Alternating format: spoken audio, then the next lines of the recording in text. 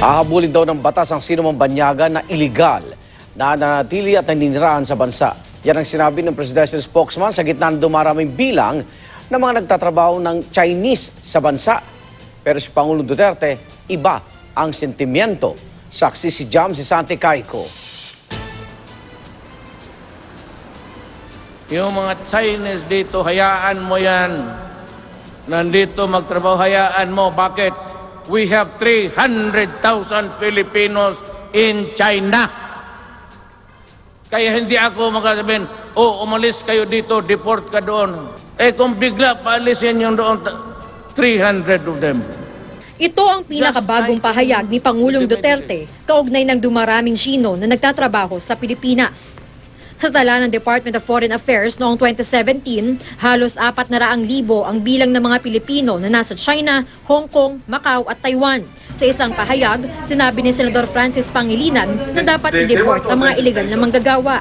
Imbes na katakutan ng China, mas dapat daw katakutan ng administrasyon ang galit ng mga walang trabaho habang nabibigyan umano ng special treatment ang mga illegal Chinese worker.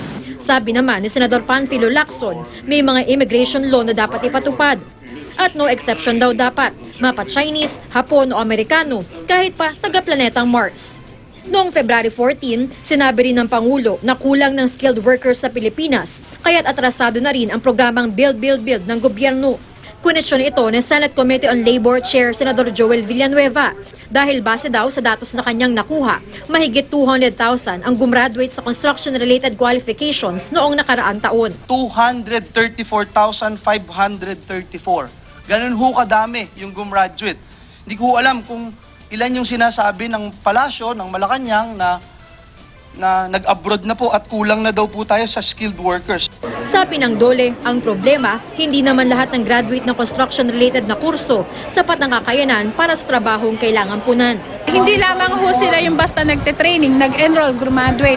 They have to be assessed and certified. Paglilinaw pa ng DOLE, maliit na bahagi lang daw ng mga manggagawang Chino sa Pilipinas ang nasa construction.